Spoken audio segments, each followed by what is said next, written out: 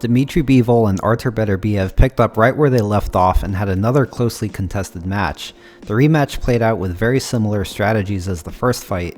For example, in the first fight, Bivol had the focus on countering Beterbiev's jab in the early rounds. The rematch saw the same thing play out. Bivol countered Beterbiev's jab a lot in the early rounds, particularly when Beterbiev falls in with his jab. So what exactly do I mean by him falling in with his jab? Typically, when you throw a jab or a step jab, you take a step simultaneously as you punch. This means by the time your jab lands, your step should complete at the same time. In other words, the punch should land the same time your foot comes down. Notice here Beterbiev shoots the jab before stepping. The forward momentum of his jab causes him to take a step afterwards, hence him falling in. This opens him up to be countered because he's moving towards his opponent with his feet off the ground, and Bivol would take advantage of the opportunity. Here's a better example where you could see his feet better. Notice Beterbiev's foot position. You see he throws the jab and his feet are in the same place. And just like the last example, his forward momentum causes him to take a step forward or fall in after, and now is wide open for Bivol's counter. Again, we're going to see Beterbiev throw a jab, which Bivol catches on his guard. You can't see the feet here, but you can see that once again the forward momentum causes Beterbiev to fall in after the jab again, and Bivol counters with a combination. And just to clarify, when I say Beterbiev steps in after he throws the jab, what I really mean is that he steps with his lead foot after the jab. His lead foot is in the same position when he throws his jab. However, what he is doing is actually stepping his rear foot as he jabs. Notice his rear foot steps forward as he's throwing this jab. This is not a fundamental jab, but Beterbiev does this on purpose. You see, by stepping his rear foot with his jab, it allows him to follow up with a deep step in with his lead foot. This in turn allows him to close the distance on his opponents much quicker than the fundamental step jab, where he steps with his lead foot. However, the weakness of it is still that he is vulnerable as he's stepping in or falling in, and Bivol was prepared to counter this. Once again, take note of Beterbiev's foot position. He throws a jab here, and notice only his rear foot moves. His lead foot is in the same place. This rear foot step allows Beterbiev to step in or fall in off of his momentum with his lead foot to follow up with more punches or chase Bivol down in case Bivol steps back. Except once again, Bivol knows this and counters him. Now don't get me wrong, Beterbiev did not throw every jab falling in like this. He mixed it up with fundamental step jabs, but Bivol was ready with a counter almost every time he jabbed falling in. Beterbiev also mixed in jab feints to bait out the counters from Bivol. Notice here Beterbiev shows the jab, but it's just a feint to try to get Bivol to counter. Beterbiev then slips his head down to avoid the potential counter from Bivol, and then comes around with a hook, which would have countered Bivol if Bivol threw a jab. This is also something Beterbiev did in the first fight to shut down Bivol's jab counters.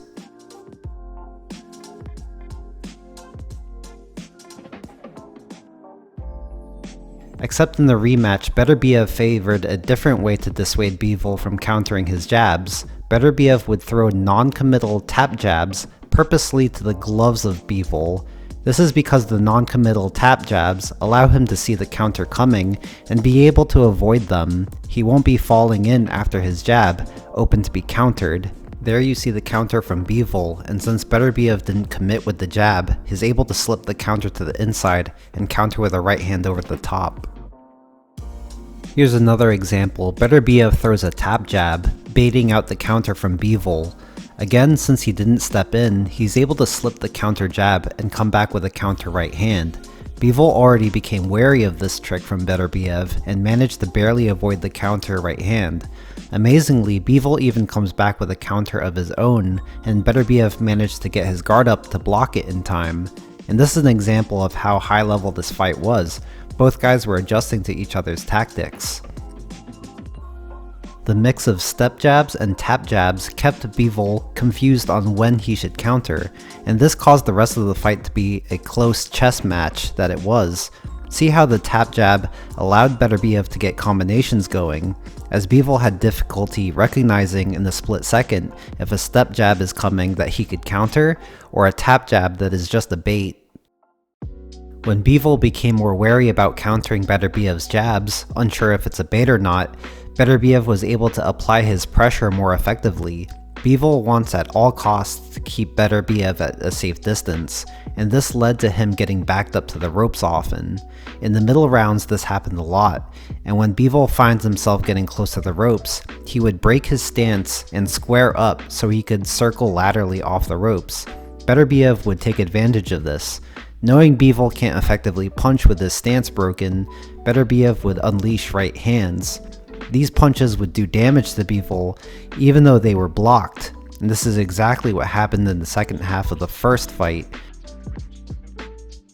Again in the rematch, you see Bivol backed up to the ropes, breaking his stance so he could circle laterally, and then Beterbiev hits him with a right hand. And lastly, I want to talk about Bivol's final adjustment, and arguably his most important adjustment that allowed him to win the rematch. In the first fight, when Beterbiev started pressuring Bivol to the ropes and unloading power shots on him, Bivol did everything he could to just get away and create distance. Beterbiev stayed on him and never let him get away to reset his feet. The same thing started to play out in the rematch, and we thought we were going to see a replay of the first fight. However, Bivol adjusted to this. Instead of trying to get back to distance, he would instead use a pendulum step to immediately reset his feet after Beterbiev hits his guard, and fight back with a combination. While this was a risk to stand and fight Beterbiev, Bivol knew this would throw Beterbiev off, who would not expect this. This adjustment paid off because Bivol did this sparingly, and in swing rounds where the extra combination may have won him crucial rounds that gave him the decision. And that's going to do it for this one. Thank you to all my GOAT tier patrons: Jason Maheenan, Grant Gabriel, Albert Chen, Gostali Geza, Marshall Bott, Jesus Galindo, Nyan Valdez, MSM Neil, RC, Daniel Contreras, Lionel Johnson, Val Ravenheim, Jacob McMillan, JJJR, Sua, Maxwell Hodge, Josiah Rozier, Braden Sosa, Defensive Genius, and my channel member Lucas Miller. You guys all keep the channel going, and I'll see you guys all in the next